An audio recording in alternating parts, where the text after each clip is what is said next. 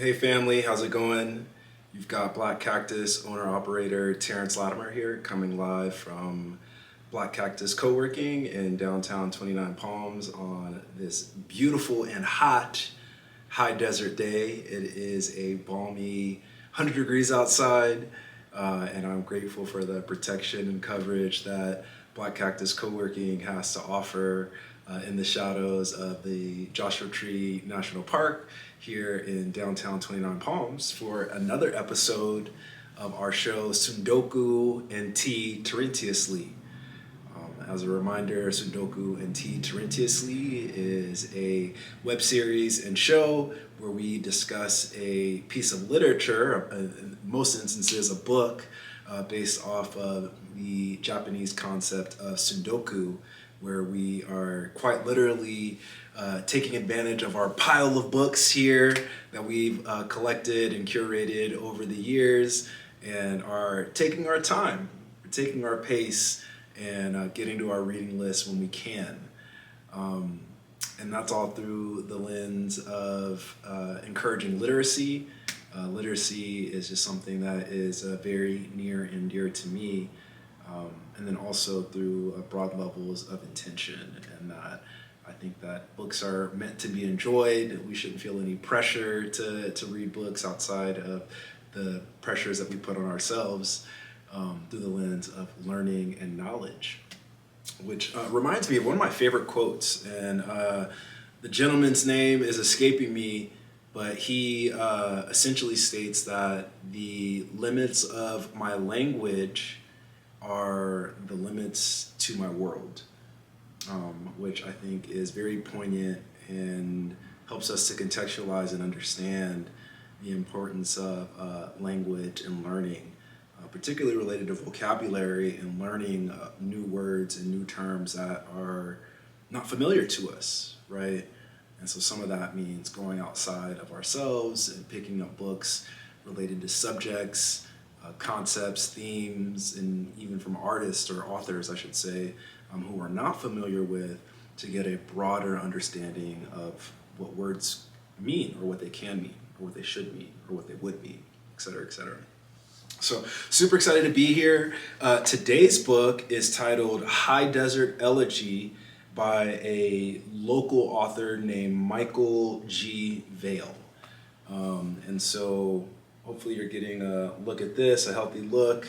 Funny enough, I was actually hanging out in Joshua Tree just a couple days ago at one of our favorite local spots. If you haven't been to the Joshua Tree region and you're thinking about coming into town, I would highly encourage you to swing by a local coffee shop slash watering hole titled Más o Menos, or called Más o Menos, which is right in between the city of Joshua Tree and the city of 29 Palms, across the street from Copper Mountain College.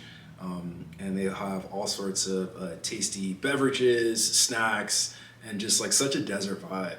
And you see like a lot of rad locals hanging out there, whether or not they're working for the day, getting out their creativity, spending time in conversation and vibing. It's got, rad desert aesthetics that just encourage community, which is such an important aspect of living out here in the desert.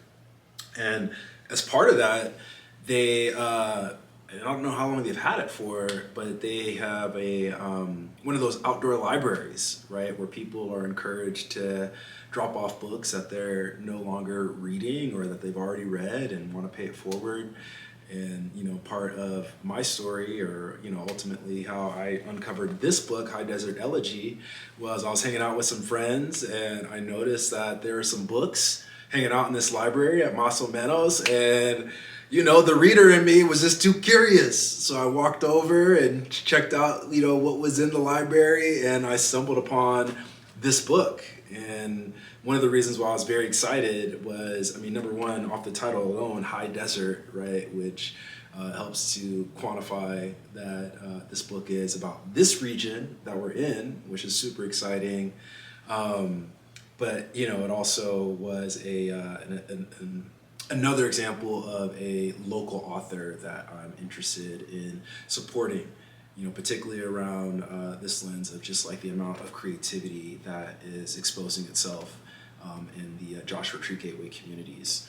And, you know, in my head as owner-operator of Black Cactus Co-working, you know, obviously we work with all sorts of businesses and professionals, but, you know, we've got a sweet spot for the creative professionals in the world, right? That, you know, maybe have the creativity, but don't necessarily have, you know, all of the business chops or the business capabilities, and are looking for community expertise and accountability in order to help them grow their creative businesses. And so, you know, I mean, number one, just shout out to Michael. We have never met personally, but hopefully you are able to watch this video, and I'm definitely gonna, you know, try to find you online and share this video once it's over. But, you know, just recognizing that the process of taking your creativity, your art, out of your head and into a medium like a book, right, is not an easy process. And so kudos to you, and we certainly want to help amplify the stories found in High Desert Elegy. And so we're going to do today a little bit different. As I understand it, you know, and again, I literally, I saw this book based off of the title, and I don't really know about the contents. Right now, I will say that I did do a little bit of Googling in order to learn a bit about Michael and about this book. And as I understand it, it is an anthology or a collection of stories and, you know, maybe even like poems. I'm not quite sure yet. So today's going to be a little bit different in that we're not going to just start with the first chapter. We're just going to kind of let the universe decide where we're going to read. But I do want to give you some background information. We're going to read the back. I'm going to talk about the chapters that I see, the number of pages, and then we'll hop in, okay? So, oh, and then also, sorry, I forgot the most important part, the tea of the day. We are drinking traditional medicinals organic hibiscus tea. So shout out to traditional medicinals. You know, and also I'm going to give credit to my homeboy Kachi. Kachi, who is a super talented artist, multidisciplinarian. I mean, he can sculpt, he can paint, he's a poet. He's also got like dope fashion sense, and he also just has like exquisite taste when it comes to like food and drink. And he made this really delicious iced tea leveraging hibiscus a couple weeks ago that I've been craving. I don't have Kachi here right now, you know what I mean? So I went ahead and located some hibiscus tea at the local grocery store. And so, you know, I've already had a sip. It's actually a very delicious tea, but it is an herbal tea that is tarty, or tart and fruity is how they describe it. Very tasty, very delicious. So again, organic hibiscus by Traditional Medicinals. That is our tea of the day. Okay, all right, so getting started. The back of the book reads, in this collection, Mike Vail reveals and celebrates his deep appreciation for the landscape of the Mojave Desert and the people who inhabit it. His poems and stories are wry, poignant, accessible, and strongly evocative of both time and place. Laurie Smith Schaefer, author of Us Now and Then. Filled with vivid details and memorable characters, Vail's writing draws you in and captures your heart. I laughed, I cried, I nodded in agreement, and wondered what would be coming next. Julie Bosch. Have you ever thought about everyday life as an adventure? You will find out about that side of life in High Desert Elegy, a collection of thought-provoking stories and poems by Michael G. Vail, by Adela Exu. A master at capturing, so this just looks like it's, you know, several quotes from people who are, I'm not sure if they're part of his network or friends of his, but, you know, they're all just offering their point of views related to the book, so very exciting. A master at capturing a solid sense of place through his visual and poetic narratives, Vail takes the reader into experiences that touch your heart and soul.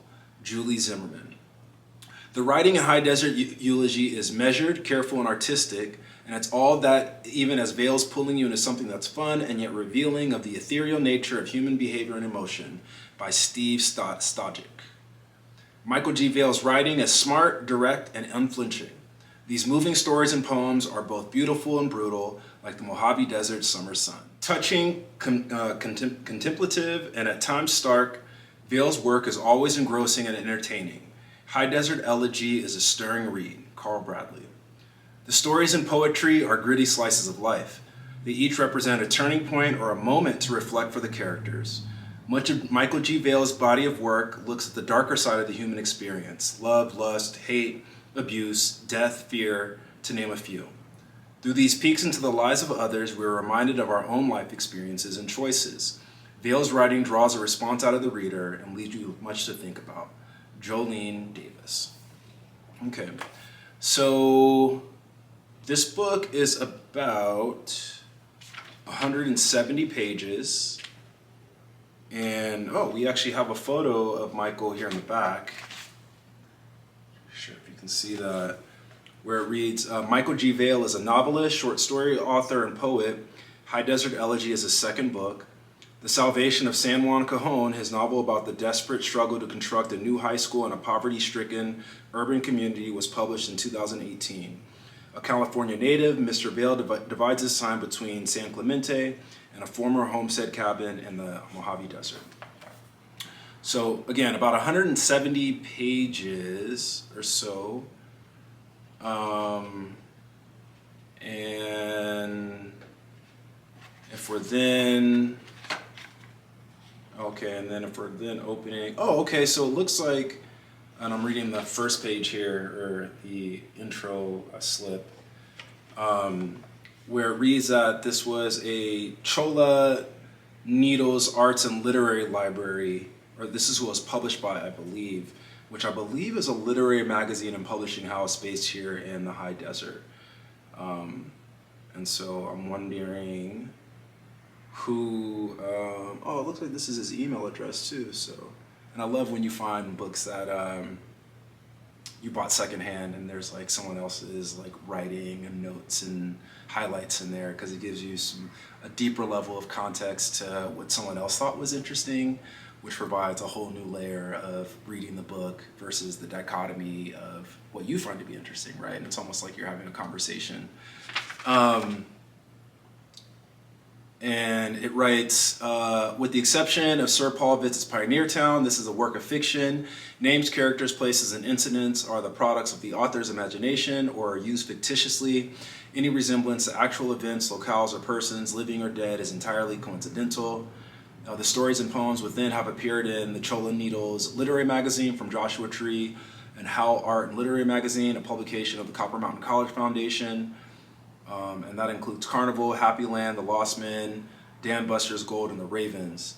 And he writes, thank you to Kent Wilson for the front cover, photograph from Joshua Tree 1947, and thank you to Johnny Nagy for the title page drawing. And he writes, for Laura, who has the patience to put up with a writer. I heard that, brother. Okay, and so just going into the table of contents, it looks like this book is broken down into stories and poems, which we can see here. And so it looks like there are a total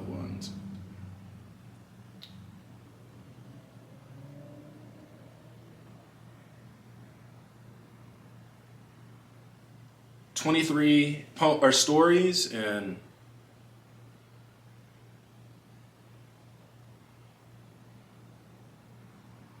about 12 poems. We've got titles like High Desert Elegy, My Old Man, Summer Solstice, Lost and Found, Good Friday, Dance of the Rattlers, which sounds exciting, Mortification and Miracles, The Moaning Cave, Scientific Method, and poems titled, things like The Oldest Living Thing on Earth, Ryland Road, Pandemic Twilight, The Lady from Utah. My heart is telling me there are two stories that sound interesting, just off of titles. Well, there's Sir Paul Visits Pioneertown, and I'm assuming that's about Paul McCartney visiting Pioneertown, so maybe we'll get started with that one. Then there is The Day John Paul II was shot, which I think sounds interesting to me. So that's two stories, and then maybe we'll read Epiphany for Me. So let's get started with Sir Paul Visits Pioneertown, which is about a 7-page story. So it's on page 23. Sir Paul Visits Pioneertown. During the summer of 1968, I got a job working at a car wash and was able to save enough money to pay cash for a 9-year-old Ford station wagon. I also was invited to a neighborhood party where I met 4 girls, good friends who had just finished their freshman year of high school. The girls and I spent much of the summer together. None of them had a driver's license, so my station wagon became a magic carpet that took us to the sands of Newport Beach, picnics at the county park, and evenings at the drive-in theater. One day, I surprised them with an announcement. I'd snagged 5 tickets to see Jimi Hendrix at the Hollywood Bowl. Our seats were in the very last row, literally at the top of the bowl, but we didn't care. We were together, watching an amazing performance by a unique artist. In the years since, I've attended lots of great concerts and seen some wonderful acts, including The Who, The Stones, Sly Stone, The Kinks, Bob Dylan, Led Zeppelin, and Miles Davis. But nothing had ever topped that night in September 1968. It wasn't just the music, it was the venue, and it was a companionship I felt, not only with Sherry, Jana, Vivian, and Stacy, but with everyone else at the sold-out Hollywood Bowl show. We all knew we were experiencing something special together. I never could have predicted that I'd spend an equally memorable evening with 300 other lucky souls in a one-time biker bar at the edge of the Mojave Desert, thrilling to the presence and performance of an equally legendary musician. But 48 years later, that's exactly what happened. When you settle onto a stool at Pappy and Harriet's Pioneertown Palace, the first thing you notice is an impressive sculpture perched in a place of honor behind the bar. A middle-aged man with plenty of character lines on his face stares at you from under a wide-brimmed cowboy hat and a full head of hair that falls over his shoulders. There's only one complaint I have about the authenticity of the statue. Its subject isn't smiling. I met Pappy Allen in 1948, 2 years after he and Harriet purchased the joint. It was a lazy weekday afternoon. The only ones in the room were the bartender and a big man who sat alone at a table next to the vacant dance floor. He had a drink in his large hand. "Come over here and join me," he said. This your bar?" I asked after the bartender delivered my bourbon on the rocks. "Sure is. It used to be called the Cantina. Kind of a rough spot. The Hells Angels would stop in. When we bought it, I told the Angels they were still welcome, but they wouldn't be able to wear their colors." He paused and stared at me. "I want everyone to feel welcome." I and my wife Laura had just built a house on Rancho Mesa at the top of Old Woman Spring Road as it winds out of Yucca Valley. Pappy and Harriet's was an easy and scenic 15-minute drive away from Pipes Canyon. During the next 4 years, we saw quite a bit of Pappy and his bar. I'd been introduced to the Morongo Basin in 1968, the same year the girls and I saw Jimi Hendrix, by a man named Al Newhart. He owned the Chevron gas station where I worked while I was in junior college. Divorced and alone, he lived in a one-bedroom apartment in Yorba Linda across the street from Richard Nixon's birthplace, and waited impatiently for Friday afternoons to arrive. That's when he'd climb into his 1955 Dodge pickup truck and drive to his cabin in Joshua Tree. Back at the gas station, he'd tell me about the high desert's stark beauty and solitude. "You need to visit me out there," he insisted more than once. When I finally took Al up on his invitation, I didn't know what to expect. Wasn't the desert a place full of nothing? I asked myself. I soon found out how wrong I was. I drove out on one of those beautiful spring days when the cloud was over. His little cabin was nestled among the boulders at the base of the hills on the south side of the highway, footsteps from the National Monument boundary. After I arrived, Al led me into the late night afternoon sunlight. We settled into a pair of beat-up metal chairs, a can of Olympia beer in his fist, and a bottle of Coke in mine. A panorama of Joshua trees, creosote bushes, silver cholla, and beaver tail cactus covered the purple bloom spread before us. At the gas station, Al always seemed tense. Now he leaned back and beamed at me. As the sun began to set, he pointed towards a tall ridge on the opposite side of Highway 62. "That's Copper Mountain," he said. "I hear there's going to be a college built over there." A few years after that, Al met a lady who lived a mile or so from his cabin and raised goats. They fell in love. He sold the gas station and they bought a spread in Wonder Valley. Just as Al had introduced me to the basin, I invited my uninitiated friends to Rancho Mesa on weekends. We drink beer and play horseshoes all afternoon, throw a couple rack of ribs on my Weber barbecue, and then after dinner, head over to Pappy and Harriet's.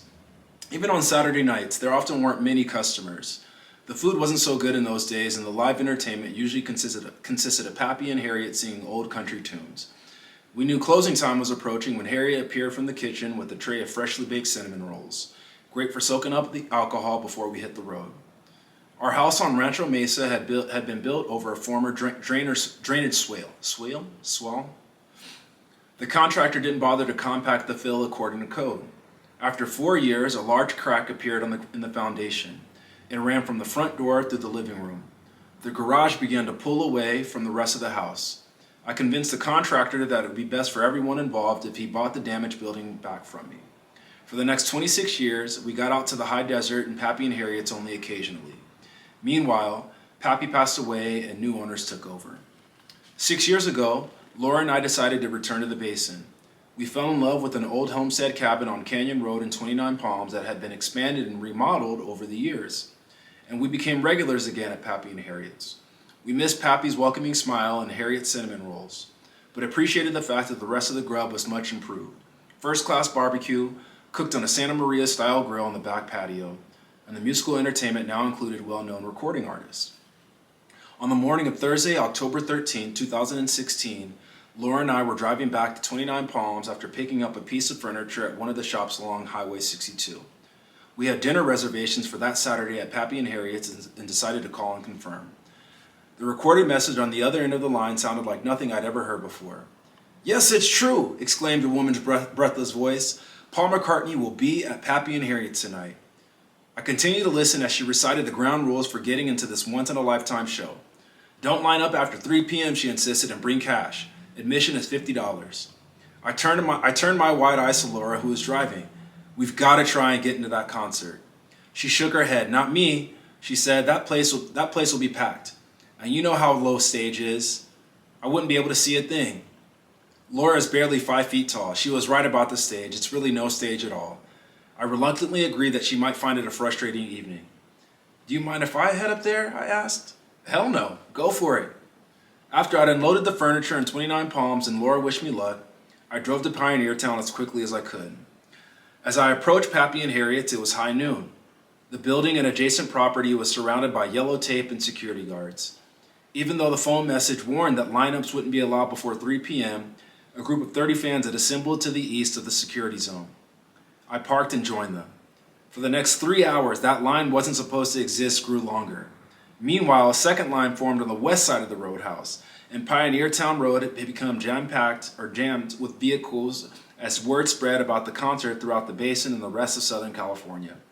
When 3 p.m. arrived, the rent-a-cops took down the yellow tape and all hell broke loose.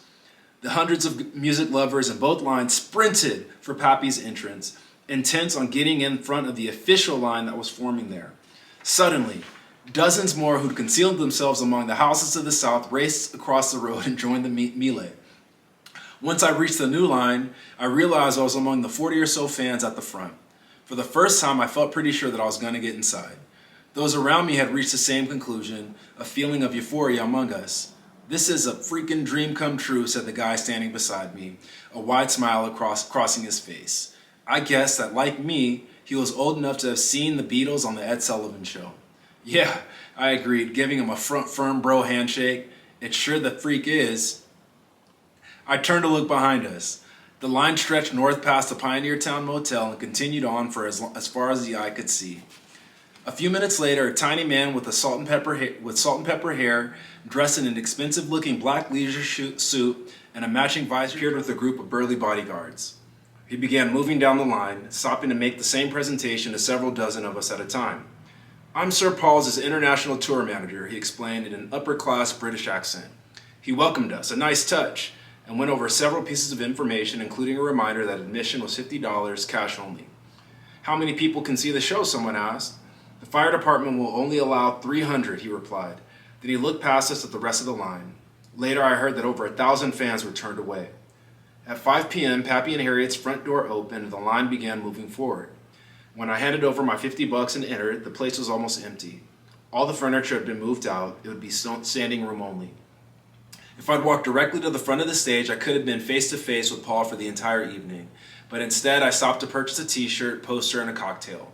When I finally staked out a spot for the concert, I was about 30 feet from the stage. As the room filled up, the strangers who surrounded me instantly became friends. We were sharing this unbelievable experience, a night that none of us would ever forget. As I sipped on my Manhattan, I thought about the fact that Sir Paul is not only an all-time great songwriter and musician, but also one of the most famous people on earth, and I was about to see him perform at Pappy and Harriet's. It was all too surreal. Paul and the members of his touring band took the stage at 8 p.m. "This is the biggest gig we've ever played," he quipped. Then the music began. During the next hour and a half, Paul performed 22 songs that touched on every part of his stellar career. A Hard Day's Night, Can't Buy Me Love, Lady Madonna, Hey Jude, Band on the Run. The hits just kept on coming. As everyone knows, Paul has personality to spare. Throughout the evening, he was a perfect host. We thought it would be a nice idea to just come out to a little roadhouse like this, he said. At another point, he asked, how many of you live in Pioneertown? When most of the audience cheered in reply, he beamed from the stage. That's great. We wanted to have a show for the local folks. Later, he paused and glanced over at the bartenders, who kneeled on top of the bar to see over the crowd. Hello, ladies, he shouted, waving happily. His last number was I saw her standing there. Then he and the band were gone. That was awesome. So our next story, I think we said we're going to read The Day John Paul II was shot. So that's on page 107. And it reads, The day that John Paul II was shot. The portly, middle-aged contractor was growing angrier by the second. No one else told me about the rough grading certification. No one else told me the rough grading certification would hold up my building permit, he barked impatiently as his ruddy cheeks grew redder. What are you trying to do, drive me out of business? I'm paying a half a dozen guys to sit on their asses at the construction site and twiddle their thumbs, all because of a technicality. He leaned forward. If you worked in the real world, you know this red tape does nothing but cost people like me lots of money. The lanky bureaucrat standing on the other side of the long wooden counter pressed his thin lips tighter together as he listened. I've got to get that permit this afternoon, the contractor muttered lowly. He sounded as though he was at the end of his rope. Give me a break. I'll bring you the certification first thing tomorrow. In an emotionless monotone, the younger man said, There's nothing I can do. We're not in the habit of playing favorites here at the building department. Every other parcel in that subdivision is already built out, the contractor sputtered. His anger had returned. There's no problem with the soil there. You know that as well as I do. The permit won't be issued until I have the grading certification. For a moment longer, the contractor glared at Roger. Then he snatched his briefcase from the counter surface and silently stalked out of the lobby's double glass doors. The department's receptionist handed Roger a stack of phone messages as he walked by her desk. Pausing to glance down and flip through the slips of paper, he saw that none of them was from his wife. That guy's a tough customer, the attractive brunette said with an impish grin. Roger raised his head. Didn't you hear what he said? First thing tomorrow morning he'll be here with the certification, he paused, and then that's when he'll get his permit. He had disappeared into a small, windowless room, empty except for a desk and a chair, reached down for the phone and dialed his wife's work number. New accounts, Mark speaking. It's me. Oh, hi, honey, why'd you call? The Pope's been shot, she announced breathlessly. What are you talking about? He snapped. It's on the radio. Someone fired 6 shots while he was being driven through the crowds in St. Peter's Square. He shook his head. Who would want to shoot the Pope? No one seems to know yet. Sorry, but I've got to go. I'll try and call you this afternoon. Don't forget to say a prayer for the Pope. After he'd replaced the phone on its cradle, Roger fumbled in his trouser pocket until his fingertips reached the beads of his rosary. He was in the midst of reciting a Hail Mary when the phone rang, startling him. Someone's here with a question about residential patio cover, the receptionist told him. A man with blonde hair wearing a dark blue business suit and a red and beige striped tie was waiting. Your standard patio cover plan says I have to provide a 3-foot wide catwalk next to an adjacent second-floor bedroom window, the homeowner said, keeping his eyes on Roger. Problem is that catwalk's going to look like hell. It's required by the building code, otherwise there's no way for someone to safely escape through the bedroom window during an emergency such as a fire. The man continued to stare at Roger. Guess what? My cover's not going to have a catwalk, he announced. Then it's not going to have a building permit either. Go ahead and build it anyway. Roger's voice grew louder, and he no longer spoke in a monotone. Why should I care about your patio cover? The world's going crazy today. I don't know if you've heard. Someone just shot the Pope. But see what happens when you try to sell the house in a few years and the buyer finds out the cover's illegal. You'll be right here begging for my help. He turned and began walking towards his office. That's when a voice called from behind him. Wait a minute, goddammit. We can work this out. I'm a law-abiding citizen. A slight smile, a smile that celebrated the fact that some things were still right with the world, flashed for a mere split second across Roger's features. This happened so quickly that the brunette couldn't be sure she'd seen it. Then he turned his usual poker face on the man at the counter.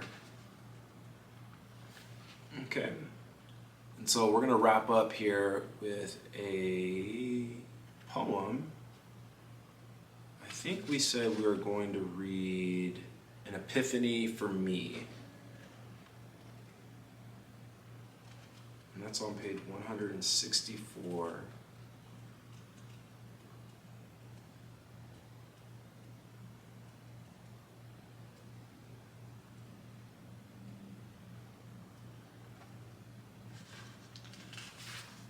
An Epiphany for Me reads, white post-op lights filled my cloudy eyes, left groggy and hung over by the general anesthesia, and fearing what the surgeon found, I blinked, and there she was.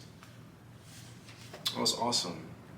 So, super excited. I mean, this is a good book, and it's pretty easily digestible to read. And I think it just provides a lot of context to the desert and why so many people come out here.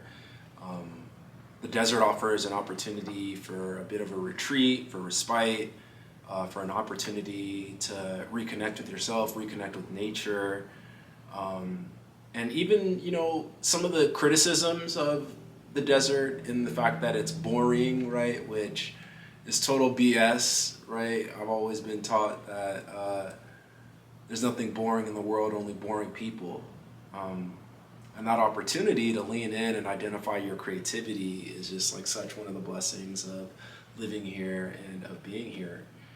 So High Desert Elegy, brilliantly celebrates the creative opportunities available in the desert and offers, an example of such. And if you are hanging out and are interested in borrowing our copy, you're more than welcome to swing by Black Cactus Co-working. But this is your reminder of seeking your Tsundoku, your opportunity to allow books to pile up and read through them and get through them when you can. This is Terence Latimer signing off and wishing you a great rest of your day. Peace.